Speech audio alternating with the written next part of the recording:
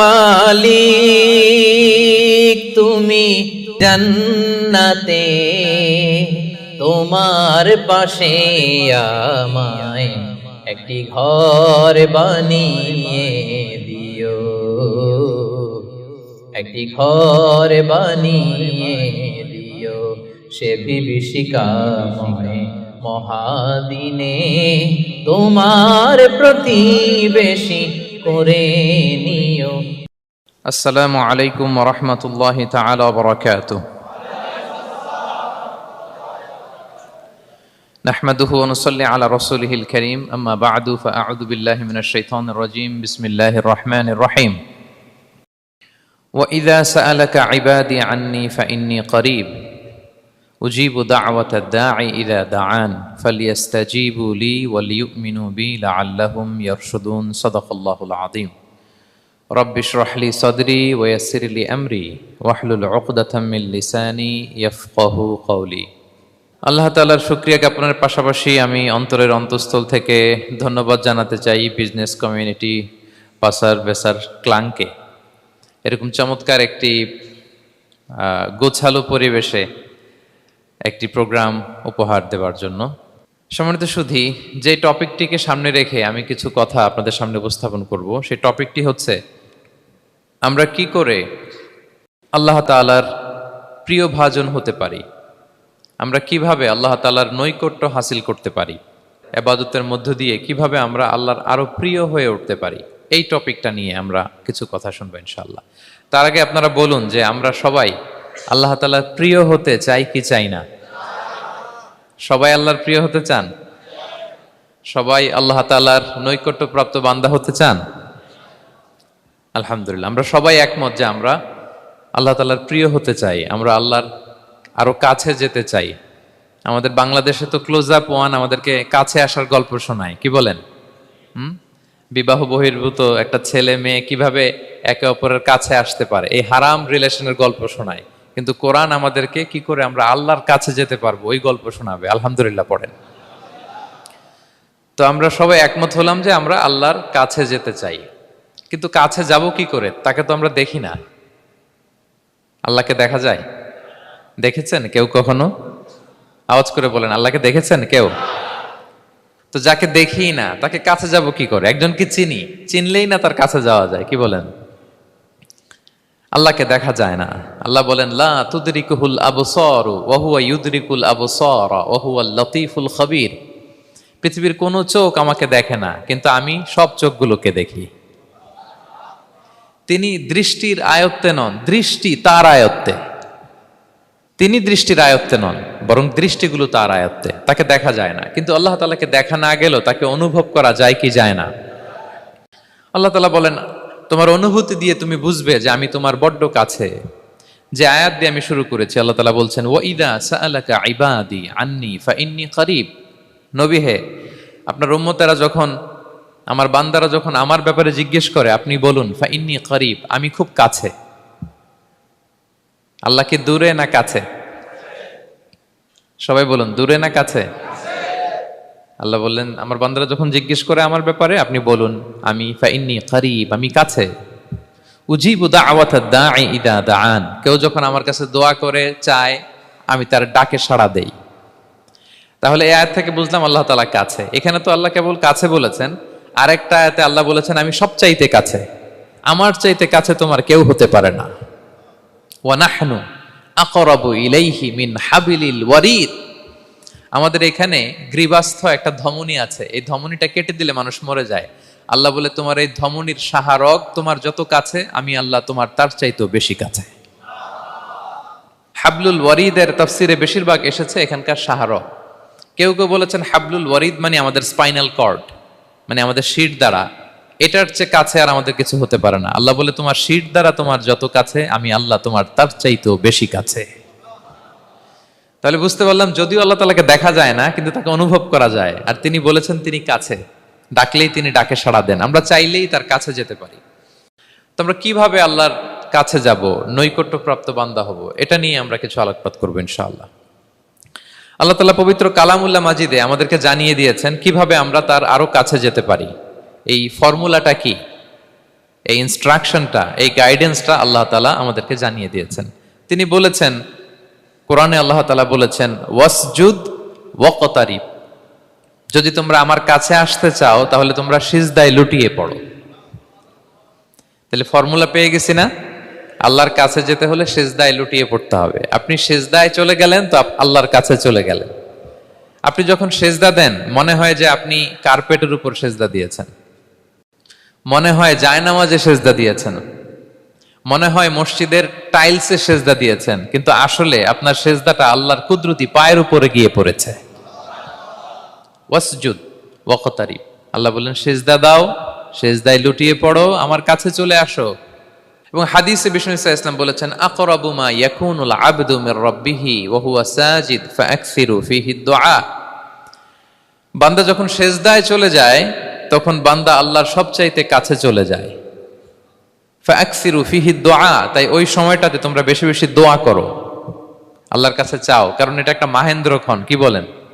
সিজদায় যখন চলে গেলাম আল্লাহর সবচেয়ে কাছে চলে গেলাম, বিষ্ণু শিখালেন এই সুযোগটা কাজে লাগাও, তখন বেশি বেশি কি করো? দোয়া করো। দীর্ঘ সময় সিজদায় পড়ে থাকার জন্য বিষ্ণু ইসলাম আমাদেরকে উৎসাহিত করেছেন। দীর্ঘ সময় তিনি সিজদা দিতেন। বিষ্ণু ইসলামের সিজদাগুলোকে আমাদের সিজদার মতো ছিল ভাই? আম্মা জান আয়েশা রাদিয়াল্লাহু তাআলা আনহা বলেন, বিষ্ণু ইসলামের তাহাজ্জুদের নামাজের এক একটা সিজদা ছিল এরকম, কোরআনের 50টা আয়াত তেলাওয়াত করতে যত সময় লাগে বিষ্ণু ইসলামের এক একটা সিজদা ঠিক ততটা লম্বা ছিল। এত দীর্ঘ সময় বিষ্ণু ইসলাম সিজদায় পড়ে থাকতেন। তো বিষ্ণু বলেছেন, তুমি যখন সিজদায় পড়ো আল্লাহর সবচেয়ে কাছে চলে যাও, সো ওই টাইমটাতে দোয়া করো। কি দোয়া করব? বিষ্ণু ইসলাম সিজদায় পড়ে তাসবিহ পড়তেন, সুবহানা রাব্বিয়াল আ'লা, সুবহানা রাব্বিয়াল আ'লা। এর অর্থটা খুব সুন্দর। এর অর্থটা আপনারা জানেন? সুবহানা রাব্বিয়াল আ'লা মানে আমি আমার রবের পবিত্রতা ঘোষণা করছি, যিনি হচ্ছেন আল আ'লা, সর্বোচ্চ, সবচেয়ে বড়, তার চেয়ে বড় কেউ হতে পারে না। আরবিতে আল আ'লা শব্দের অর্থ হচ্ছে সবচেয়ে উঁচু, সবচেয়ে বড়, সর্বোচ্চ, এটাকে বলে আ'লা। আর আরবিতে সবচেয়ে খাটো, সবচেয়ে নিচু, সবচেয়ে নিম্নে, এটার আরবি হচ্ছে আল আসফাল। এটাকে কি বলে? আল আসফাল। আল্লাহ তাআলা কোরআনে বলেছেন, ইন্নাল মুনাফিকিনা ফিদ দারকিল আসফালি মিনান নার, মুনাফিকেরা জাহান্নামের একেবারে নিচে থাকবে, নিচে। তাহলে সবচেয়ে নিচু অবস্থানকে বলে আসফাল, আর সবচেয়ে উঁচু অবস্থানকে বলে আ'লা। আওয়াজ করে বলুন, সবচেয়ে উঁচু অবস্থানকে বলে? আমরা ওইটাই বলি আল্লাহকে, সুবহানা রাব্বিয়াল আ'লা, আমি আমার রবের পবিত্রতা ঘোষণা করছি, যিনি আ'লা, সর্বোচ্চ। আচ্ছা, একটু খেয়াল করে বলেন তো, তিনি যখন আ'লা তখন আমাদের অবস্থাটা কি? সেজদা মানে হচ্ছে আমার কপাল, আমার নাক, মানুষ তার দেহের সবচাইতে দামি অঙ্গ মাটিতে ঘষতে শুরু করে ওই টাইমে, ঠিক কিনা? মানে আমার ইগো, আমার অহংকার, আমার দাম্ভিকতা সবকিছু ঝেড়ে ফেলে দিয়ে আমি আমার সর্বোচ্চ সাবমিসিভনেস, লয়ালটি, আনুগত্য, হাম্বলনেস, বিনয় আল্লাহর কাছে দেখাচ্ছি। সেজদায় আমরা যত ছোট হই এর চেয়ে ছোট আর হওয়া যায় না। সেজদায় আমরা যতটা বিনয়ী হই একটা মানুষ এর চেয়ে বিনয়ী আর হতে পারে না। এই তো নামাজ শুরু করলাম, আল্লাহু আকবার, এরপর রুকুতে জাস্ট বো ডাউন আর হেড, মাথা একটু ঝুঁকালাম, আর সেজদায় একেবারে মাথাটারে কি করলাম? মাটিতে মিলিয়ে দিলাম। তার মানে আমি চলে গেলাম আসফালে। আসফাল মানে সবচেয়ে নিচে, আমি চলে গেলাম সবচেয়ে, আর সবচেয়ে নিচে যে আমি ঘোষণা দিলাম সুবহানা রাব্বিয়াল, মানে হে রব, আপনার প্রশংসা, আপনার পবিত্রতা, আপনি আ'লা। আল্লাহ, আমি আর নিজেকে এর চেয়ে তুচ্ছ করতে জানি না, এর চেয়ে ছোট আর করতে পারি না, আমি আমার নিজেকে উজাড় করে দিলাম, সবচেয়ে ছোট, তুচ্ছ, নগণ্য করে আপনার সামনে উপস্থাপন করে আমি ঘোষণা দিচ্ছি সুবহানা রাব্বিয়াল আ'লা। পবিত্রতা সেই রবের যিনি আ'লা, সর্বোচ্চ। সুবহানাল্লাহ পড়েন। তাহলে সিগনিফিকেন্সটা বুঝতে পারছেন কেন বিষ্ণু ইসলাম এটা পড়তেন সুবহানা রাব্বিয়াল আ'লা? কারণ আমি থাকি সবচেয়ে আসফালে, নিচে, আর তখন আমি ঘোষণা দেই, glory be to Allah the most high, the most high, the most high, আ'লা। আল্লাহ, আমি একেবারে নিচে, কিন্তু তুমি হচ্ছে আ'লা। মজার ব্যাপার হচ্ছে, সেজদায় আপনি যত নিচেই থাকেন না কেন, মাথা নাক নিচু করে ফিসফিস করে যাই বলেন না কেন, এটা মুহূর্তে আল্লাহর আরশে চলে যায়। আপনি নিচু হবেন কিন্তু কথা চলে যাবে আল্লাহর আরশে। এজন্য বিষ্ণু ইসলাম বলতেন, মান তাওয়াদা তারাফা, যে নিচু হয় আল্লাহ তারে টেনে উপরে উঠায়। আপনি সেজদা দেওয়া মানে কি? নিচু হওয়া, ছোট হওয়া। তো বিষ্ণু ইসলাম বলেছেন, বেশি বেশি সেজদা দাও, তাহলে আপনার মর্যাদা, সম্মান বাড়াই দিবে কে? সম্মানিত ভাইয়েরা, আমরা শুধু সেজদায় যে সুবহান রাব্বিয়াল আলা এটাই পড়ি, 3 বার শুধু এটাই পড়ি, কিন্তু বিষ্ণু ইসলাম সেজদায় যে আরো অনেক দোয়া পড়তেন, সেগুলো কি পড়েন আপনারা? বিষ্ণু ইসলাম সুবহান রাব্বিয়াল আলা এর পাশাপাশি তিনি সিজদায় যেয়ে পড়তেন সুবহানাকা আল্লাহুম্মা রাব্বানা ওয়া বিহামদিকা আল্লাহুম্মা গফিরলি। এটা জানিই না আমরা অনেকে। সুবহানাকা আল্লাহুম্মা রাব্বানা ওয়া বিহামদিকা আল্লাহুম্মা গফিরলি এর অর্থ হচ্ছে, হে আমার রব, আপনার পবিত্রতা ঘোষণা করছি, আপনার প্রশংসা আমরা করছি, আল্লাহ আপনি আমাকে ক্ষমা করে দেন, আল্লাহুম্মা গফিরলি। এই দোয়াটা বিষ্ণু ইসলাম পড়তেন। এছাড়াও বিষ্ণুই পড়তেন সুবুহুন কুদ্দুসুন রব্বুল মালাইকাতি ওয়ার রূহ, সকল ফেরেশতাদের অধিপতি রব, সবচেয়ে বড় ফেরেশতা যার 600 পাখা, জিব্রাইলের রব, সেই রবের প্রশংসা আমি করছি। তিনি সুবুহ, তিনি কুদ্দুস, তিনি মহাপবিত্র, the most pure, the most high. এভাবে বিষ্ণু ইসলাম আল্লাহর প্রশংসা করতেন। তিনি আরো পড়তেন আল্লাহুম্মা গফিরলি যুনুবি কুল্লাহ দিক্কাহু ওয়া জুল্লাহ আউওয়ালাহু ওয়া আখিরাহ আলানিয়াতাহু ওয়া সিররাহ। আল্লাহ আপনি আমার গুনাহ মাফ করেন, ছোট গুনাহ বড় গুনাহ, প্রকাশ্য গুনাহ গোপন গুনাহ, ইচ্ছায় করেছে যে গুনাহ, অনিচ্ছায় করেছে যে গুনাহ, আল্লাহ সব গুনাহ আপনি মাফ করে দেন। সিজদায় লুটিয়ে পড়ে বিষ্ণু ইসলাম এই দোয়াগুলো পড়তেন। তো এখন থেকে সিজদায় এই দোয়াগুলো, লম্বা চূড়া দোয়া আপনারা করবেন তো? বান্দা যখন সিজদায় লুটিয়ে পড়ে আল্লাহর সবচেয়ে কাছে চলে যায়, এবং তোমরা বেশি বেশি দোয়া করো। আল্লাহ রাসূল সাল্লাল্লাহু আলাইহি ওয়াসাল্লামের একজন সাহাবী সহিহ মুসলিমে এসেছে, সাহাবীর নাম হচ্ছে রাবিআ। কি নাম? ওনার নাম হচ্ছে রাবিআ ইবনু কাব আল আসলামি রাদিয়াল্লাহু তাআলা আনহু। উনি বলেন কুনতু আবিতু ইনদা রাসূলিল্লাহ, একবার আমি রাত্রিবেলা রাসূল সাল্লাল্লাহু আলাইহি ওয়াসাল্লামের সাথে ছিলাম, কোনো এক কারণে রাসূলের সাথে রাত কাটিয়েছি। তো রাসূল সাল্লাল্লাহু আলাইহি ওয়াসাল্লাম যেহেতু তাহাজ্জুদের সালাত পড়েন, তো তিনি বলেন আমি মাঝরাতে উঠে একটা গামলা দিয়ে, পাত্র দিয়ে অজুর পানি নিয়ে আসছি বিশ্বনবীর জন্য, এনে দিলাম। বিশ্বনবী এত খুশি হলেন, আমাকে বললেন সাল, হে কাব তোমার কি লাগবে চাও। উনি বললেন আসআলুকা মুরাফাকাতাকা ফিল জান্নাহ। উনি বললেন ইয়া রাসূলুল্লাহ, আপনি যদি কিছু চাইতেই বলেন তাহলে আমি জান্নাতে আপনার সাথে থাকতে চাই। দেখেন কিভাবে ওনারা সুযোগ কাজে লাগাতেন।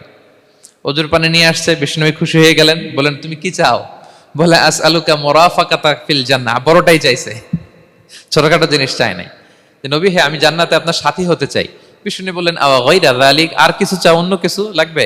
বলতেছে না, উরিদু যাক, শুধু এইটাই চাই। তখন বিষ্ণু সাল্লাল্লাহু আলাইহি ওয়াসাল্লাম বললেন আইন্নি আলা নাফসিকা বিকাসরাতি সুজুদ, এই মর্তবা যদি তুমি চাও তাহলে বেশি বেশি সিজদায় লুটিয়ে থাকো। আলাইকা বিকাসরাতি সুজুদ, বেশি বেশি সিজদা দিও। যদি সিজদায় পড়ে থাকতে পারো তাহলে জান্নাতে আমার সাথী হতে পারবা। আল্লাহু আকবার।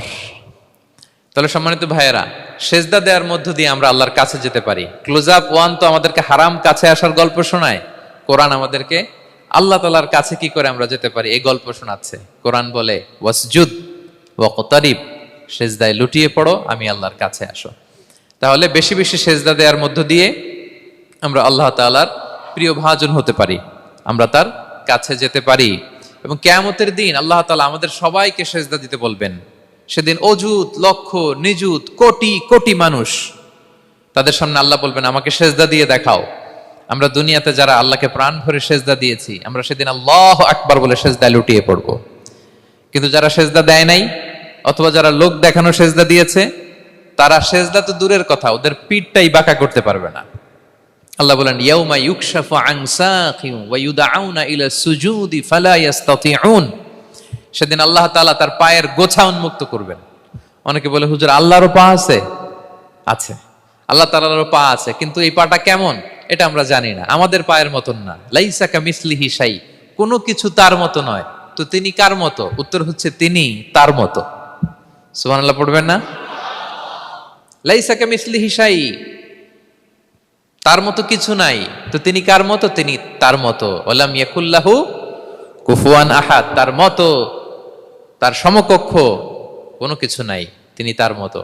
সেদিন আল্লাহ তাআলা তার পবিত্র পায়ের গোছা, পায়ের নলা উন্মুক্ত করবেন এবং আদেশ করবেন সেজদা দাও। আমরা সবাই আল্লাহু আকবার বলে সেজদায় লুটিয়ে পড়ব। কিন্তু যারা দুনিয়ায় সেজদা দেয় নাই, লোক দেখানো সেজদা দিয়েছে, ফালা ইয়াস্তাতিউন, আল্লাহ তাআলা তাদের পিঠটা লোহার মতো, রডের মতো শক্ত করে দিবেন। সেজদা দেওয়া তো দূর কি বাত, ওরা পিঠটাই বাঁকা করতে পারবে না। আমরা দুনিয়াতে যেমনি আল্লাহ তাআলাকে সেজদা দিয়েছি, সেদিনও যেন আল্লাহ তাআলাকে এভাবে সেজদা দিতে পারি। আল্লাহ তুমি তৌফিক দাও। আল্লাহুম্মা জাআলনা মিনহুম। আওয়াজ করে পড়ো না আমিন।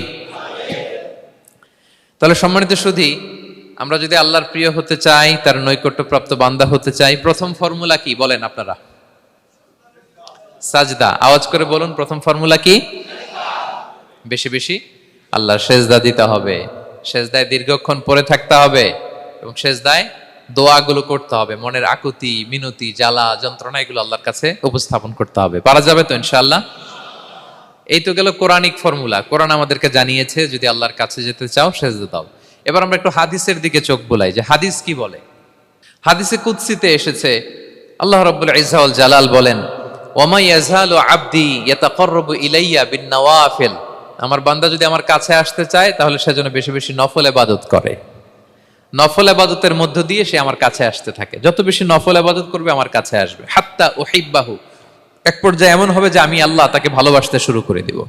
তার মর্তবা এত উপরে উঠে যাবে, কুনতু সামাআহুল্লাযী ইয়াসমাউ বিহা, তখন সে কান দিয়ে যখন শুনবে তার নিজ কানে শোনে না, সে আমি আল্লাহর কানে শোনে। হাত দিয়ে কিছু ধরলে সে আল্লাহর হাতে ধরে, চোখ দিয়ে দৃষ্টি করলে সে নিজ চোখে দেখে না, সে আল্লাহর চোখে দেখে। পড়েন সুবহানাল্লাহ। তাহলে কোরআন বলল সেজদা আর হাদিস বলল নফল ইবাদত। যে যত বেশি নফল করে সে আল্লাহর কাছে যায়, যে যত বেশি নফল ইবাদত করে সে আল্লাহর প্রিয় ভাজন হয়ে ওঠে, আল্লাহর নৈকট্যপ্রাপ্ত বান্দা হয়ে ওঠে। এবং হাদিসে এসছে, বিষ্ণু ইসলাম বলেন, আমাদের ফরজ নামাজে যদি কারো ঘাটতি হয়, আমাদের অনেকের এমন হবে যে ফরজ নামাজ পড়ে নাই অলসতা করে, তখন আল্লাহ ফেরেশতাদেরকে বলবেন কি অবস্থা আমার বান্দার? বলবে আল্লাহ অনেক ফরজ নামাজের তো ঘাটতি দেখা যাচ্ছে। তখন আল্লাহ বলবে উনদুরু হাল্লি আবদি মিন তাতাওয়ু, ফরজে যদি ঘাটতি থাকে দেখো তো আমার বান্দার কিছু নফল নামাজ আছে কিনা। ফেরেশতারা এবার খুঁজে দেখবে, হ্যাঁ এই বান্দার অনেক নফল নামাজ আছে। তখন আল্লাহ বলবে ঠিক আছে, এই নফলগুলোরে ফরজের ভেতরে ঢুকাইয়া মেকআপ করে দাও। তাহলে বলেন নফল ইবাদতের দরকার আছে না নাই? কিয়ামতের দিন ফরজ নামাজে ঘাটতি থাকলে নফল নামাজগুলো সেখানে সাবস্টিটিউট করে আল্লাহ তাআলা আমাদেরকে বাঁচাবেন। এজন্য আমরা যেন নফল করি। ফরজ তো করতেই হবে, এটা তো কম্পালসারি, অব্লিগেটরি, আল্লাহর মাইট থেকে বাঁচার জন্য করতেই হবে। কিন্তু আল্লাহর প্রিয় হইতে হইলে নফল ইবাদত করতে হবে। ওটাকে বলে অপশনাল, ওটা হচ্ছে ওভারটাইম। আপনারা ভালো বুঝবেন, এটার কি বলে? ওভারটাইম। ওভারটাইমের বেতন কিন্তু মূল বেতনেরও বেশি, বেসিকের চেয়ে বেশি। বেসিকে যদি পার আওয়ার 20 রিঙ্গিট হয়, তো ওভারটাইমে পার আওয়ার কত? 30 রিঙ্গিট, 40 রিঙ্গিট, ঠিক কিনা? তো এই জন্য নফলগুলোকে যেন আমরা ছোট মনে না করি প্রিয় ভাইরা। তাহলে আমরা ফর্মুলা পেয়ে গেলাম, আল্লাহ তাআলার প্রিয় হতে চাইলে দুটি কাজ, কোরআন বলে সেজদায় লুটিয়ে পড়ো, আর হাদিস বলে বেশি বেশি নফল ইবাদত করো। আমরা কি করতে পারি, কি কি নফল ইবাদত করে আল্লাহ তাআলার প্রিয় হতে পারি, আমি দুই একটি আপনাদের সাথে শেয়ার করবো ইনশাআল্লাহ। এক নাম্বার যে নফল ইবাদতটি করে আমরা আল্লাহ তাআলার প্রিয় হতে পারি সেটা হচ্ছে তিলাওয়াতুল কোরআন, আল্লাহর কোরআনের তেলাওয়াত। এটা আল্লাহর বাণী। কোরআন তেলাওয়াত মানে আল্লাহর সাথে কথা বলা। ইনদামা তাতলুল কোরআন কাআন্নামা আনতা তুনাজি মা রাব্বিক, যখন আপনি কোরআন তেলাওয়াত করেন কাইন্ড অফ আপনি আল্লাহর সাথে মুনাজাত করেন, মানে একান্ত আলাপন করেন, আলাপচারিতা করেন। বিষ্ণু ইসলাম বলেছেন আফদলুল ইবাদাতি কিরাআতুল কোরআন, নফল ইবাদতের যত লিস্ট আছে এর মধ্যে সবচেয়ে শ্রেষ্ঠ হচ্ছে আল্লাহর কোরআন তেলাওয়াত করা। আপনারা প্রতিদিন কোরআন তেলাওয়াত করেন তো? করেন? আমাদের বাংলাদেশে একটা ট্রেডিশন হচ্ছে, মানে শুদ্ধভাবে পড়ার ধারধারি নাই, তাড়াহুড়ো করে কোরআন খতম দিতে চায়, খতম তুলতে চায়। 5 খতম, 7 খতম, 10 খতম। খতম তুলতে যায় কোরআন রে খতম করে ফেলে। খতম তুলতে যায় কোরআন রে কি করে ফেলে? খতম করে ফেলে। না, এইভাবে করা যাবে না, ধীরস্থির ভাবে পড়বেন। আনাস রাদিয়াল্লাহু তাআলা আনহু বলতেন, রুব্বা কারি লিল কোরআন ওয়াল কোরআনু ইয়ালআনহু, কোরআনের অনেক তেলাওয়াতকারী আছে যারা সওয়াবের পরিবর্তে কোরআনের লানত পায়, কোরআন এদেরকে লানত করে। এর কারণ তাড়াহুড়ো করে পড়ে, এর কারণ ধীরস্থির ভাবে পড়ে না। আল্লাহ তাআলা বলছেন ওয়ারাত্তিলিল কোরআনা তারতিলা, তোমরা তারতিলের সাথে কোরআন পড়ো, ধীরস্থির ভাবে, বিশুদ্ধ ভাবে, তাহসিনের সাথে, তাজবিদের সাথে পড়ো। তারতিল মানে কি?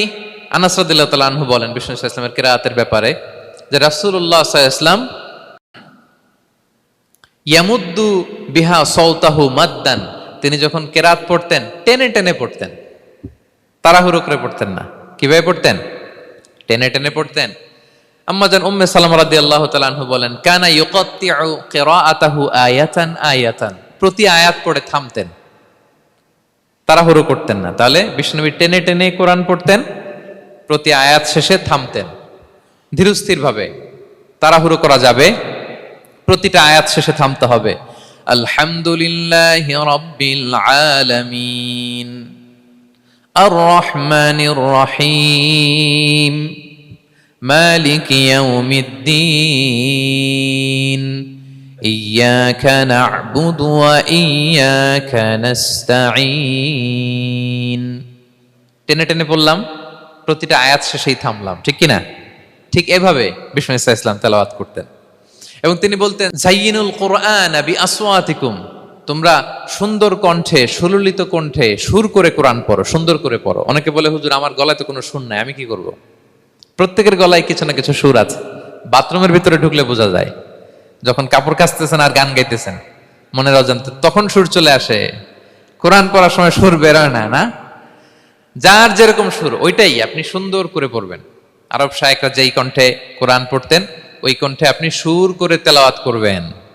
এবং সহিহ বুখারীর বর্ণনা বিষ্ণু ইসলাম বলেছেন, লাইসা মিন্না মান লাম ইয়াতাগান্না বিল কোরআন, যে কোরআনকে গুনগুনিয়ে সুর করে পড়ে না, সে আমার উম্মত নয়।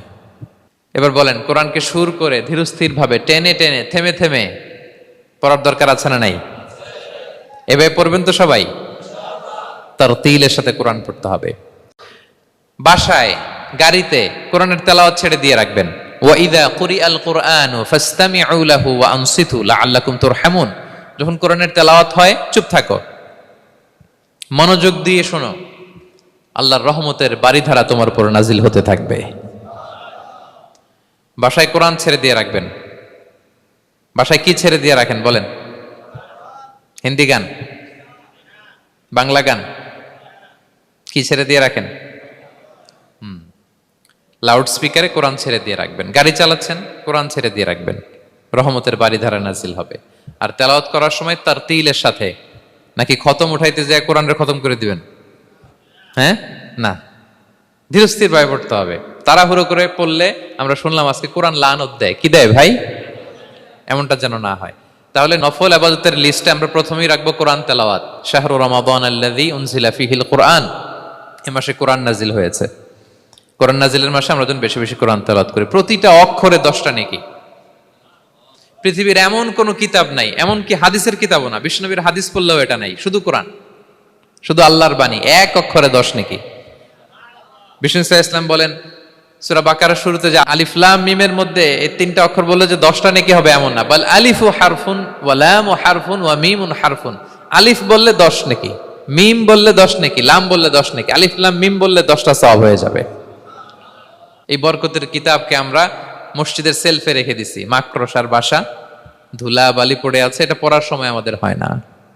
আমরা যেন কোরআন তেলাওয়াত করি প্রতিদিন। ফজরের পরে কোরআন তেলাওয়াত করতে হবে। ফজরের পরের মুমিনের ওয়াজিফা বা রুটিন হবে রিসাইটেশন অফ দ্য হোলি কোরআন। আপনারা পড়েন তো ফজরের পরে? হ্যাঁ, একজন বলছে ইনশাআল্লাহ, বাকিরা নাউজুবিল্লাহ। বাকিরা কি? সবাই একসাথে পড়ুন ইনশাআল্লাহ। তাহলে নফল ইবাদতের 1 নম্বর লিস্ট হচ্ছে কোরআন তেলাওয়াত করা। আমরা বেশি বেশি যেন কোরআন তেলাওয়াত করি।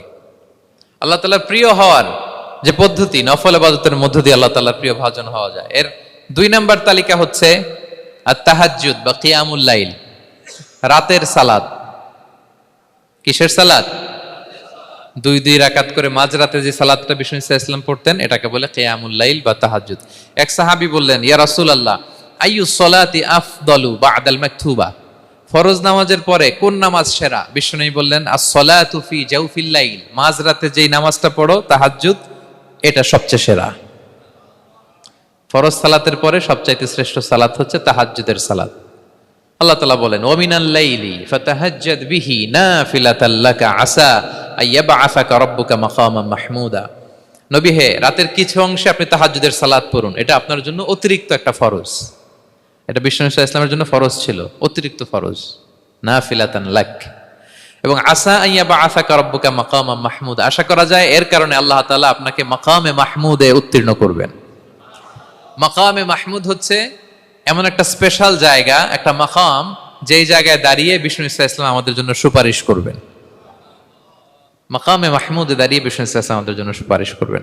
তাই আমরাও যারা তাহাজ্জুদের সালাত আদায় করবো, আমাদেরকে এরকম মাকামে মাহমুদ মানে সুউচ্চ মর্যাদার আসনে আল্লাহ তাআলা নিয়ে যাবেন।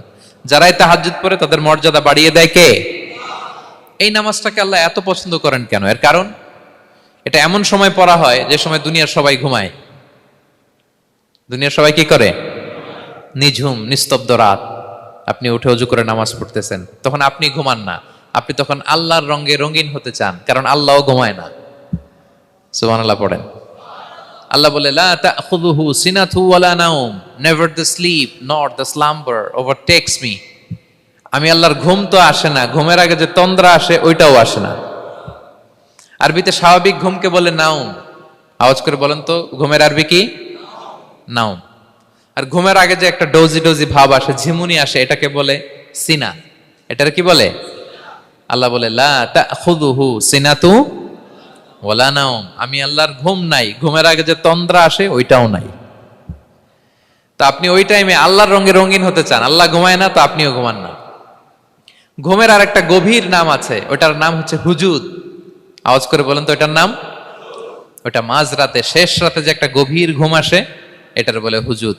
দেখবেন যে শেষ রাতে একটা এমন মজার ঘুম আসে, কম্বলটা টেনে টেনে এসিটা ছেড়ে দিয়ে আরেকটু ঘুমাইতে মনে চায়, আরেকটু আরেকটু আরেকটু ঘুমাই, এরকম একটা ঘুম আছে না? আরামের ঘুম। তো এই আরামের মাঝরাতের গভীর ডিপ স্লিপিং, ওইটারে আরবিতে বলে হুজুদ। ওইটারে আরবিতে কি বলে? এই হুজুদের ঘুমকে স্যাক্রিফাইস করে যে নামাজটা পড়া হয়, ওইটাকেই বলা হয় সলাতুল হুজুদ বা সলাতুত তাহাজ্জুদ। পড়েন সুবহানাল্লাহ। হুজুদকে স্যাক্রিফাইস করে আপনি নামাজ পড়েছেন, এজন্য এই নামাজটার নাম সলাতুল হুজুদ বা সলাতুত তাহাজ্জুদ। ওমিনাল লাইলি ফাতাহাজ্জাদ বিহি নাফিলাতাল লাক আসা আইয়াবআসাকা রাব্বুকা মাকামান মাহমুদা। আপনি যদি প্রশংসার স্থানে উন্নীত হতে চান, তাহলে এই রাতের সালাত পড়তে হবে। বিষ্ণু ইসলাম দীর্ঘ সময় এই কিয়ামুল লাইলটা করতেন। সেজদায় কত লম্বা ছিলেন এটা তো একটু আগেই বললাম। কত লম্বা ছিল? এক একটা সেজদায় 50টা কোরআনের আয়াত তেলাওয়াত করা যায়, এত লম্বা সময় তিনি সেজদায় থাকতেন। সুবহানাল্লাহ। আর কত দাঁড়িয়ে থাকতেন এটার বলে লাভ নেই। দাঁড়িয়ে থাকতে থাকতে থাকতে থাকতে হাত ধরে যেত, এরপরে হাত ছেড়ে দিতেন, তারপর কোরআন তেলাওয়াত করতেছেন। আবার একটু ভাল লাগলে আবার হাত বাঁধতেন। দাঁড়িয়ে থাকতে থাকতে থাকতে থাকতে হাত্তা তাতাফাত্তারা কদামাহ, পা দুইটা ফুলে এরকম মোটা হয়ে যেত। আম্মা জান আয়েশা বলতেন, ইয়া রাসূলুল্লাহ কদ গুফিরা লাকা মা তাকদ্দামা মিন যামবিকা ওয়া মা তাআখার। আপনার তো এমনিই গুনাহ নাই, কিন্তু আল্লাহ ঘোষণা দিয়েছে আপনার আগের পরের সব গুনাহ মাফ। তা আপনার কোনো গুনাহই নাই, আপনি এত কষ্ট কেন করেন? বিষ্ণু বলেন, ইয়া আয়েশা আফালা আকুনা আবদান শাকুরা, আমি কি শুকরগুজার বান্দাদের অন্তর্ভুক্ত হতে চাইবো না? আমি কি আল্লাহর শুকরগুজার বান্দা হতে চাইবো না? আল্লাহ আমাকে ক্ষমা করেছেন ঠিকই, কিন্তু আমার তো কিছু দায়িত্ব আছে। আমি কি নিজেকে সর্বোচ্চ ভাবে আল্লাহর কাছে পেশ করব না? সারা রাত দাঁড়িয়ে বিষ্ণু ইসলাম এরকম কিয়ামুল লাইল করতেন। তাহলে আল্লাহ তাআলার প্রিয় হওয়ার প্রফিটিক যে সাজেশন, এর একটা হচ্ছে কোরআন তেলাওয়াত করা, 2 নাম্বার হচ্ছে তাহাজ্জুদের সালাত আদায় করা। আপনারা পড়েন তো নাকি? পড়বেন প্রিয় ভাইরা। যদি নিজের সম্মানকে আল্লাহর কাছে উচ্চে তুলে ধরতে চান, যদি বিষ্ণু ইসলামের সুপারিশ চান, যদি আল্লাহ তাআলার প্রিয় ভাজন হতে চান, তাহলে তাহাজ্জুদ ইজ কম্পালসরি। কি পারা যাবে তো? ইনশাআল্লাহ, ইনশাআল্লাহ বিইذنিল্লাহ। আল্লাহ তাআলার প্রিয় হওয়ার 3 নাম্বার মাধ্যম হচ্ছে বেশি বেশি আল্লাহ তাআলার কাছে চাওয়া, মানে আদ-দুআ, দোয়া করা। কি করা? বিষ্ণু ইসলাম বলেন, আদ-দুআউ মুখুল ইবাদা, দোয়া হচ্ছে ইবাদতের নির্যাস। দোয়া কি? ইবাদতের নির্যাস। এবং আল্লাহর কাছে চাইলে আল্লাহ খুশি হয়, না চাইলে আল্লাহ বেজার হয়। ইন্টারেস্টিং না ব্যাপারটা?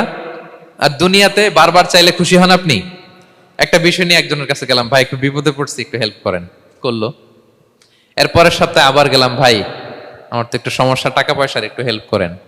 মুখ লজ্জায় ধরেন, আবারও করলো। এরপরের সপ্তাহে আবার গেলাম, ভাই বিপদে পড়ছি, একটু হেল্প করেন। এবার কেমন লাগবে বলেন তো?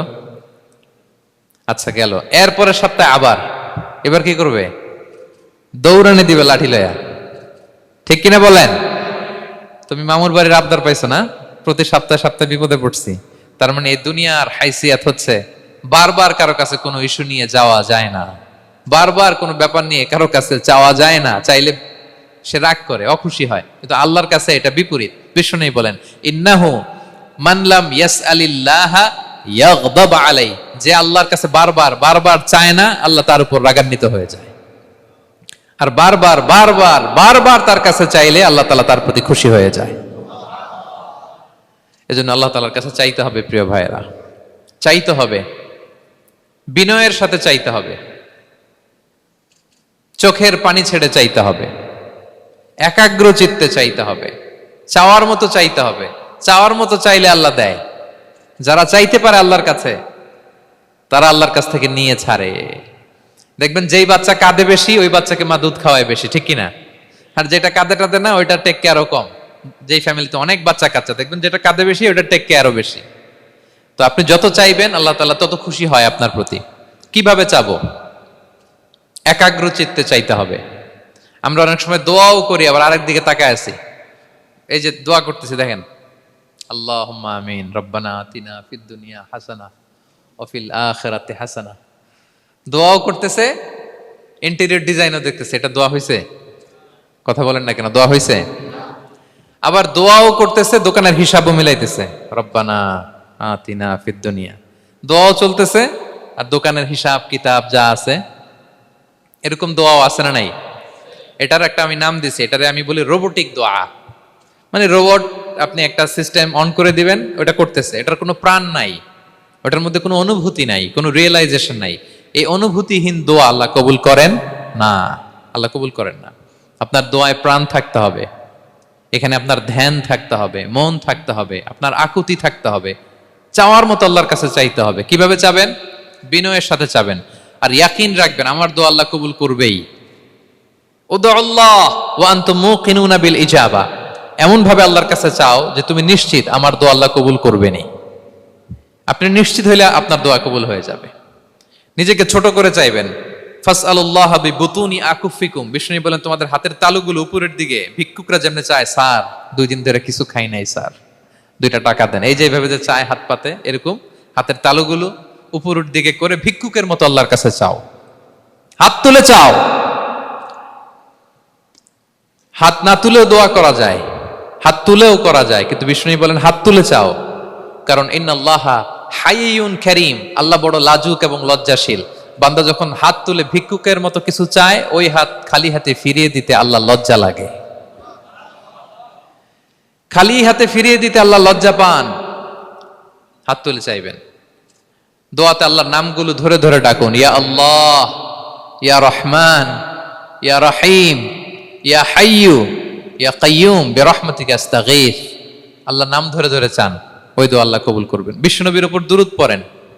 যে বিশ্বনবীর উপর দুরূদ পড়ে না, ওই দোয়া আল্লাহর কাছে কবুল হয় না, এটা আকাশে পেন্ডিং থাকে। কুল্লু দুআ মুআল্লাক মাহজুব বাইনাস সামাই ওয়াল আরদি মা লাম ইউসাল্লা আলাইয়া। বিষ্ণু বলেন সব দোয়া আকাশে পেন্ডিং থাকে যতক্ষণ না আমার উপর দুরূদ পড়া না হয়। মোবাইলে দেখবেন ব্যালেন্স না থাকলে মেসেজ পাঠালে কি হয়ে থাকে? ওটা পেন্ডিং। আবার টপ আপ করলেই সেন্ট। তা আপনি যে বলেন হুজুর আমার দোয়া কবুল হয় না, কেন হয় না বলছেন এবার? হ্যাঁ, নবীর উপর দুরূদ পড়েন নাই তো। আল্লাহুম্মা সাল্লি ওয়া সাল্লিম ওয়া বারিক আলাই। শুরু করবেন বিষ্ণু নবীর উপর দুরূদ দিয়ে, মাঝেও পড়বেন, শেষেও পড়বেন, আগেও পড়বেন, পরেও পড়বেন। আপনার দোয়া কবুল করবে কে? একাগ্র চিত্তে চাইতে হবে আল্লাহ তাআলার কাছে। ইফতারির আগে দোয়া কবুল হয়, দোয়া করবেন। বৃষ্টি যখন পড়ে দোয়া কবুল হয়, দোয়া করবেন। আর দুআউ মুস্তাজাবা বাইনাল আযানি ওয়াল ইকামা, আযান ইকামতের মাঝখানে দোয়া করলে দোয়া কবুল হয়। আম্মা আব্বা দোয়া করলে দোয়া কবুল হয়। হজ থেকে যে রিসেন্ট ফিরে আসছে তার কাছে যে দোয়া চাবেন, দোয়া করলে দোয়া কবুল হয়। খাতমুল কোরআনের পরে দোয়া করলে ওই দোয়া কবুল হয়। মাজলুম দোয়া করলে ওই দোয়া আল্লাহ ফেরায় না। আমরা যেন বেশি বেশি দোয়া করি। সেজদা দিব, কোরআন বলল আর হাদিস বলল। তেলাওয়াত করতে হবে আল্লাহর কাছে যেতে চাইলে, তাহাজ্জুদ পড়তে হবে আল্লাহর প্রিয় হতে চাইলে, বেশি বেশি দোয়া করতে হবে আল্লাহর নৈকট্যপ্রাপ্ত বান্দা হতে চাইলে। আর কি করব? বেশি বেশি জিকির করতে হবে আল্লাহর। সুবহানাল্লাহ, আলহামদুলিল্লাহ, লা ইলাহা ইল্লাল্লাহ, আল্লাহু আকবার, এগুলো পড়বেন। আস্তাগফিরুল্লাহ বেশি বেশি পড়বেন। নামাজ শেষে 33 বার সুবহানাল্লাহ, 33 বার আলহামদুলিল্লাহ, 33 বার আল্লাহু আকবার। এরপর 3 33 99 100তম মিলাবেন এইভাবে, লা ইলাহা ইল্লাল্লাহু ওয়াহদাহু লা শারীকা লাহু লাহুল মুলকু ওয়া লাহুল হামদু ওয়া আলা কুল্লি শাইইন কাদির। পড়েন, আপনারা পড়েন, সবাই পড়েন। বিষ্ণু বলেন নামাজের পরে যদি 33 বার সুবহানাল্লাহ, 33 বার আলহামদুলিল্লাহ, 33 বার আল্লাহু আকবার, এরপরে 100তম বার লা ইলাহা কেউ পড়ে, তার যদি সাগরের ফেনা পরিমাণ গুনাহ থাকে, আল্লাহ তাআলা তার সব গুনাহ মাফ করে দেয়। প্রত্যেক ফরজ সালাতের পরে আয়াতুল কুরসি পড়বেন। পড়েন আপনারা? কোরআনের সবচাইতে দামি আয়াত। বিশ্বনবী বলেন, মান ক্বারা আয়াতাল কুরসি দুবরা কুল্লি সালাতিন মাকতুবাতিন লাম ইয়ামনাহু মিন দুখুলিল জান্নাতি ইল্লাল মাউত। প্রত্যেক ফরজ নামাজের পরে আমার যে বান্দা আয়াতুল কুরসি পড়ে, তার জান্নাতে ঢোকার ক্ষেত্রে আর কোনো বাধা থাকে না, একটা জিনিস ছাড়া, সেটা হচ্ছে মরণ। লোকটা মরে না তাই জান্নাতে যায় না, মরলেই জান্নাতি। আরো আস্তে সুবহানাল্লাহ পড়বেন আয়াতুল কুরসি। আমরা যেন জিকিরগুলো বেশি বেশি করি। 5 নম্বরে চ্যারিটি আর সাদাকাতু তারুদ্দুল বালা। সাদাকা আপনার বিপদ মুক্ত করে, আপনার ছেলে মেয়ের নিরাপত্তার জন্য, আপনার জানের নিরাপত্তার জন্য, আপনার ব্যবসার নিরাপত্তার জন্য মুক্ত হস্তে দান করুন। ব্যবসায় বারাকা দিয়ে দিবে কে? সুযোগ হলে গোপনে দান করুন। 7 শ্রেণীর ব্যক্তিকে আল্লাহ তাআলা আরশের নিচে ছায়া দিবেন। এর মধ্যে 1 শ্রেণীর ব্যক্তি হচ্ছে রজুলুন তাসাদ্দাকা বিসাদাকা ফাআখফাহা, যে গোপনে দান করে, হাত্তা লা তা'লামু শিমালুহু মা তুনফিকু ইয়ামিনু, এত গোপনে দান করে যে তার ডান হাত কি দান করেছে বাঁ হাত সেটা টের পায় না। গোপন দান আল্লাহর রাগ কমায়, গোপন দান আপনাকে বিপদ মুক্ত করে, গোপন দান কিয়ামতের দিন আল্লাহর সুশীতল আরশের নিচে আপনার সিটকে কনফার্ম করে। দান করবেন তো সবাই। মদিনার সবচেয়ে গরিব সাহাবী বেলাল রাদিয়াল্লাহু তাআলা আনহু গায়ের জামাটা নিয়ে শুধু হিজরত করেছেন, উনাকেও বিশ্বনবী বলেন আনফিক বেলাল, বেলাল দান করো, লা তাখশা মিন যিল আরশি ইখলালা, আল্লাহর ধনভাণ্ডারে কমতি নাই, ঘাটতি নাই, ভয় পাও না, আল্লাহ তোমার বাড়াই দিবে। কিছুই নাই বেলালের। মুমিনরা সচ্ছল অবস্থায় অসচ্ছল অবস্থায় সব সময় দান করে। সচ্ছল অবস্থায় বেশি দেয়, অসচ্ছল অবস্থায় কম দেয়, কিন্তু দেয়। তারা দান করে। আল্লাহ বলেন আমার ভান্ডারে কমতি নাই, ঘাটতি নাই। ইয়াবনা আদম উনফিক আলাই, এই বনি আদম দাও, দিলে আমি তোমারে দেব। হাত খুলে দাও, আমি তোমারে দেব। লাউ আন্না আউওয়ালাকুম ওয়া আখিরাকুম ওয়া ইনসাকুম ওয়া জিন্নাকুম কামু আলা সাঈদিন ওয়াহিদ, পৃথিবীর সব মানুষগুলো যদি এক মরুভূমির মাঝখানে দাঁড়িয়ে আমি আল্লাহর কাছে চাইতে থাকে, আমি আল্লাহ যদি তাদের যার যা চাওয়া আছে সবও দিয়ে দেই, আমি আল্লাহর ধনভাণ্ডারের 1 ইঞ্চিও কমবে না। তবে হ্যাঁ, কমতে পারে। কতটুকু কমতে পারে? হাদিসে বিষ্ণু ইসলাম বললেন, সুই দিয়ে যদি সাগরের পানি একটু কমানো যায়। কথা বুঝেন? সুই আছে না, সুই নিডেল, চিনেন তো সুই দিয়ে ধরেন আপনি সাগরের পানি একটু এরকম করলে সুইয়ের মধ্যে একটু সাগরের পানি লেগে চলে আসবে না? সাগরের পানি থেকে একটু কমলো তো, এতটুকু কমবে। বিষ্ণু বললেন সুই দিয়ে সাগরের পানি থেকে যদি পানি নিয়ে আসো, যতটুকু কমাতে পারলা, পৃথিবীর সব মানুষ চাইতে হয়রান হয়ে সবও যদি আল্লাহ থেকে নিয়ে নাও, কমলে এতটুকু কমতে পারে। ওই আল্লাহর গোলাম দিতে চায় না, ধরে রাখে, খালি এমনি ধরে রাখে। আপনি হাতে যেটা আছে ওটা না দিলে তো বড়টা ধরতে পারবেন না। এটা 2 কেজি, এটা দিলেই না 5 কেজিটা ধরবেন। 5 কেজিটা দিয়ে দিলেন, তাহলে ধরবেন 10 কেজি। বুঝতে পারছেন? দিতে হবে প্রিয় ভাইরা, হাত খুলে দান করুন। এখানে তো সব বিজনেস ম্যাগনেট, বাংলাদেশের সব বড় বড় ব্যবসায়ীরা আপনারা এখানে, হাত খুলে দান করুন। ইতআমুত তাআম, অন্যকে খাবার খাওয়ানো অনেক বড় সওয়াবের কাজ। এর মধ্যে দিয়ে আল্লাহ তাআলার নৈকট্যপ্রাপ্ত বান্দা হওয়া যায়। কিয়ামতের দিন আল্লাহ তাআলা বলবেন, হে বনি আদম, আমি অসুস্থ ছিলাম, আমার তো সেবা করলা না। আমি ক্ষুধার্ত ছিলাম, আমি আল্লাহর তো তুমি খাওয়াইলা না। মানুষ বলবে, ইয়া রাব্বাল আলামিন, আপনি তো আরশের মালিক, রাজাধিরাজ, আপনারে কিভাবে সেবা করি, আপনারে কিভাবে খাওয়াবো?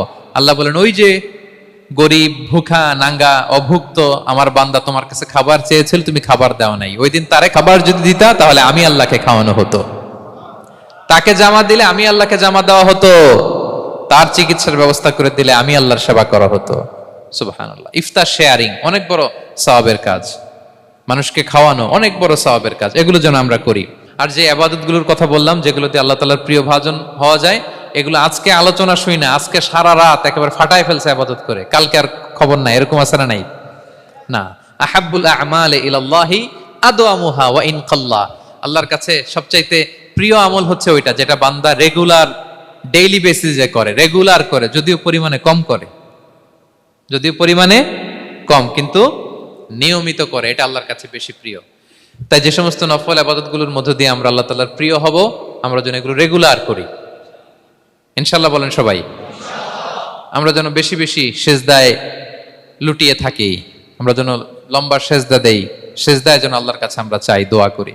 আমরা যেন বেশি বেশি আল্লাহর কোরআনকে তেলাওয়াত করি, আমরা যেন তাহাজ্জুদের সালাত পড়ি, আমরা যেন কায় মনোবাক্যে চোখের পানি বিসর্জন দিয়ে আল্লাহর কাছে দোয়া করি, আমরা যেন জিকির দিয়ে আমাদের জিহ্বাটাকে আল্লাহর জিকিরে যেন সবসময় সিক্ত রাখি, আমরা যেন হাত খুলে দান করি, আমরা যেন ইফতার শেয়ার করি, আমরা যেন সাদাকা করি। তাহলে আমরা আল্লাহ তাআলার প্রিয় হতে পারবো। কাছে আসার যে গল্প কোরআন শুনিয়েছে, আল্লাহ তাআলার কাছে আমরা আসতে পারবো, তার নৈকট্যপ্রাপ্ত বান্দাদের অন্তর্ভুক্ত আমরা হতে পারবো। আল্লাহ তাআলা আমাদের সবাইকে তার প্রিয় ভাজন বান্দাদের তালিকায় অন্তর্ভুক্ত করে নেক। আমরা সবাই পড়ি আমিন। হাযা মা ইনদি ওয়াল ইলমু ইনদাল্লাহ আলাইহি তাওয়াক্কালতু ওয়া ইলাইহি উনীব। ওয়াসসালামু আলাইকুম ওয়া রাহমাতুল্লাহি তাআলা ওয়া বারাকাতুহু।